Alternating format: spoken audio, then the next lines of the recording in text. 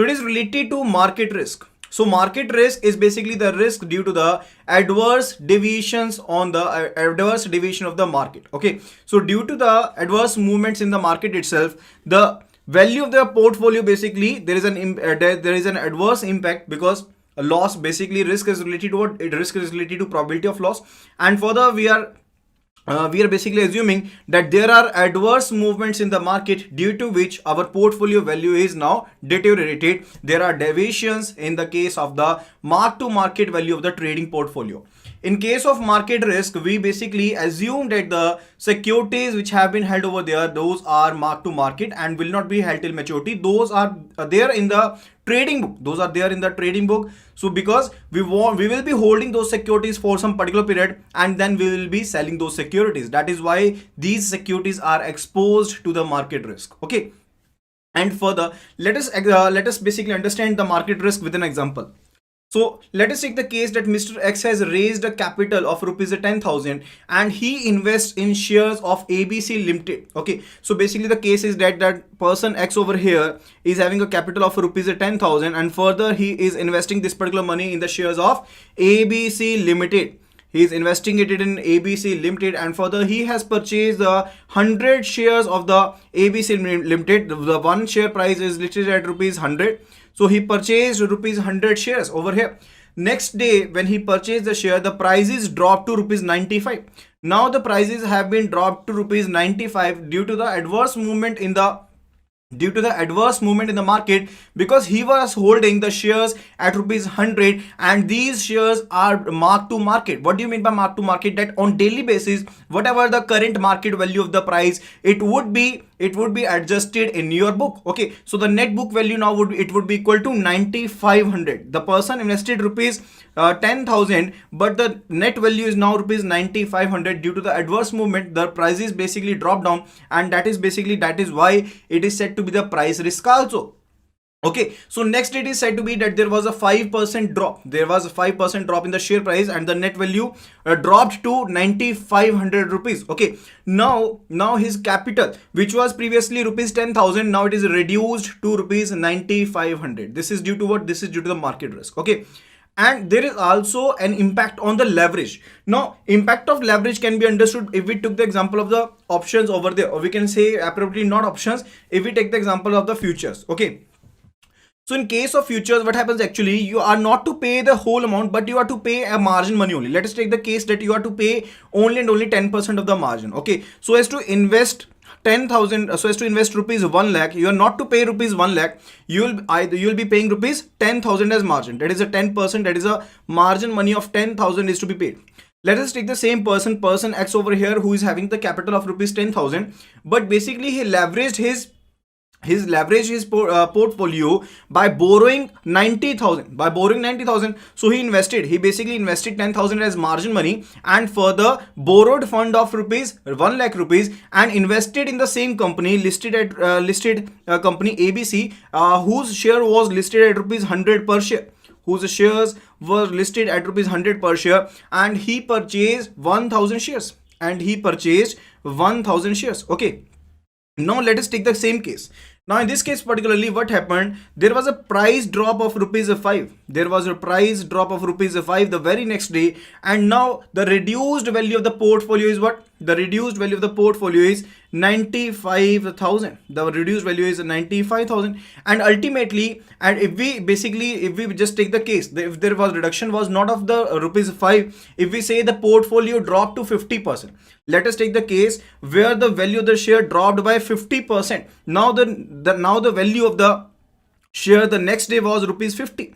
The value of the share the next day was rupees 50. If he had invested, now take two cases. Now we are taking two cases. First case, if he had invested only that much amount which he was having, let us take the case when he invested rupees 10,000 only that he was having, and he was able to purchase how many shares? He was able to purchase 100 shares which was listed at rupees 100. And if there was capital drop of 50%, if the share price was dropped by 50%, the net capital he would be left with after that, if there is 50% drop, he will be left with rupees 5,000, because 5,000 was a lost. 5,000 were lost, okay, because the next day the shares was listed at rupees 50 only. Okay, but now take this example. In this case particularly, he has invested rupees 1 lakh, borrowing rupees 90,000. That means what? That means he has leveraged his portfolio. He has leveraged his portfolio. In this case particularly, now the portfolio amount is dropped to 50,000. Previously the portfolio amount was here when he basically invested rupees 100 per share and he purchased 1000 shares. The portfolio value was rupees 1 lakh. But now when the share price is dropped by 50%, that is 50 only, now the portfolio value is rupees 50,000. Now the portfolio value is rupees 50,000. What does it mean? That only and only, not only his capital basically eroded over here, because he had invested only and only rupees 10,000 and he borrowed over and above rupees 90,000. Now he is also to return back that money. Okay, but he lost rupees 10,000 and over and above he lost rupees 40,000 more. Okay, so in total he lost rupees 50,000. In total he lost rupees 50,000, but he had only rupees 10,000. So he is still to pay rupees 40,000 that he borrowed. He's still to pay rupees 40,000 that he borrowed, and further that would only be possible if he will be able to liquidate, his assets. Now this investment is basically representing what? It is representing his asset. Okay, now his asset is worth rupees 50,000 only. After there is 50% drop in the share price value. Are you getting my point? Now he's having the shares. Now he's having 1,000 shares. Now he's still having 1,000 shares, but now these shares are valued at rupees 50 and the portfolio value is rupees 50,000. Against the value of rupees 1 lakh that he invested, he is left with rupees 50,000 portfolio value. And further, he can basically liquidate this asset. That means what? He can sell this asset in the market. But now there is a decreasing trend in the market. That each and every point the value of the share is decreasing. Now in that particular case, no one in the market would be basically happy so as to buy this share, because already the price is dropping in this particular share. Okay, let us take the case that the market is not able to absorb this share at the price of rupees 50 also. Okay, he purchased it for rupees 100 and he's ready to buy, he's ready to sell it at rupees 50 only in the market itself, because there is a decreasing impact and the market in which basically he's dealing in, he's not able to sell the share at rupees 50 also. Okay, in that case particularly, it would be called what? It would be termed as a asset liquidity risk. It is said to be asset liquidity risk. What type of risk it is? It is asset liquidity risk. Now in this case particularly, if you understood, in this case particularly, the person X was unable to liquidate his particular security. In the market. That is why it is said to be the asset liquidity risk. So if it was a general trend that any of the person is unable to liquidate any of the securities in the market, in that case it is said to be the market liquidity risk. Okay, now it is particularly related to one particular asset, we term it as asset liquidity risk. If it was related to any of the securities listed, then it would be the market liquidity risk. Okay, and due to the adverse movements in the market itself, there was a price drop. Now this drop is basically related to what? This drop is particularly related to the market risk or price risk. Are you getting this point? Okay, so next day when we take the point that the person has invested not only rupees 10,000, but he invested rupees 1 lakh, borrowing rupees 90,000 at a margin of rupees 10%. In that case particularly, he is at leverage. Okay, so there was a drop of 50%. He lost his money and also he lost the borrowed money. Okay, in that case he went to the market so as to liquidate the share, but he was unable to do so because the market is not ready to absorb the security itself. Okay, now in this case particularly, he will not be able to sell this price even at rupees 50,000. And let us take the case that he was able to conclude the transaction at rupees 45 per share. Okay, so there was a further loss due to what risk? Due to the asset liquidity risk. There was a further drop in the share price, and that is due to the asset liquidity risk. Okay, I hope that you must have understood this particular point related to this example. Now let's move further.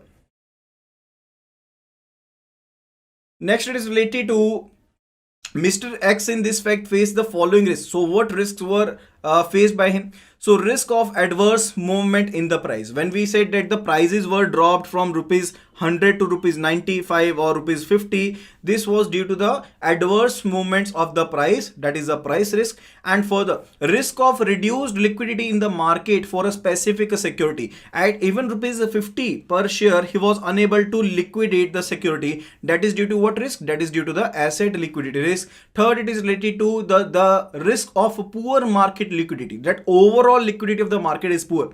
So if we are unable to conclude any of the transaction due to the overall poor liquidity in the market itself, that is termed as what? That is termed as a market liquidity risk. Okay. After that, it is related to market risk in banks. It is related to market risks in banks. So banks also have several activity. They also basically having different dimensions related to the different securities and different investments held till not held till maturity, but those are in the trading book of the bank. Those are in the trading book of bank, and such all the transactions which are exposed to the market risk, are reflected in the trading book. Okay. A trading book consists of bank's position in the financial instruments covering debt securities. It could be the equity, it could be foreign exchange, commodities, derivatives held till held for trading purposes. So these are all exposed to the market risk. These all are exposed to the market risk, and also they also include positions in financial instruments arising from the matched principal brokers. Okay, so if you are maintaining equities, if the banks are dealing in equities, if the banks are dealing in bonds, if the banks are dealing in derivatives which are held for trading purposes, all are exposed to the market risk, and these all transactions are contained there in the trading book. Okay, is that clear? So this is the basic funda that you need to clear with. Then it is related to a bank's trading book exposure has the following risk. So what risks are over there? One, it is related to the market risk. Other one, it is related to the liquidity risk, which is further classified into asset liquidity risk.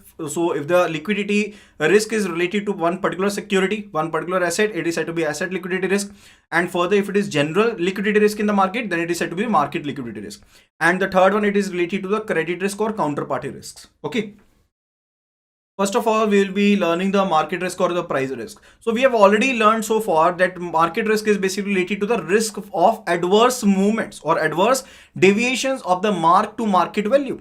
What is mark to market value? Let us take the case I purchased a share for rupees 100, and further for that particular day the share of the price of the share retained to be rupees 100. In that case, I can say the portfolio value would be rupees 100. Okay, next day the price of the share grew to rupees 102. Now my portfolio value for the next day would be 102. Next day the price dropped to 97 rupees. Okay, now the portfolio value would be 97 rupees. What does it mean? It means the value, the portfolio value is as per the market value, as per the market value. So whatsoever the value of the scrip or the security or the asset is over there in the market itself, that is basically the value of our portfolio itself. So if there is adverse movement or adverse deviations to the mark to market value of the trading portfolio, in that case we will be saying that our assets are exposed to the market risk itself. Okay. And further, the period of liquidation is critical to assess the adverse deviation. So longer is the period you are holding the asset, longer it means your asset would be will be exposed to the adverse movements of the market risk. Is that clear? So if you're not holding the asset till maturity, one, it is a held till maturity. If it is not held till maturity, hold till maturity, in that case you are not going to hold the asset till the maturity. You are not going to hold the asset till the maturity date, and you are holding it for trading purposes, and you are holding the asset for the trading purposes. In that particular case, the period you hold the longer, your asset is basically exposed to what type of risk? It is exposed to the adverse conditions of the market risk. Is that clear?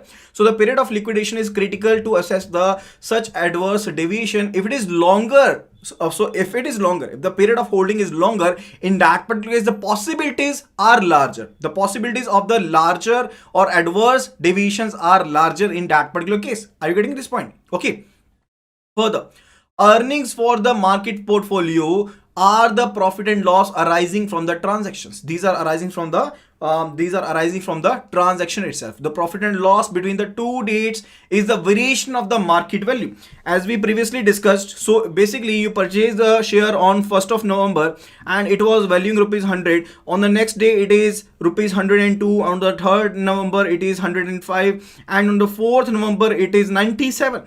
So if you compare it between the two dates, what would be the profit and loss? The profit and loss would be the difference between the two date prices. Okay, so that is basically -3. So that is a loss that you are facing right now. Okay, so the profit and loss between the two dates is a variation of the market value, because you are basically matching it with the market itself. Now that is mark to market basis value. Okay, now you are basically matching two particular dates. So whatever there the variation would be there among the prices of those particular dates, that would be your profit and loss. Is that clear?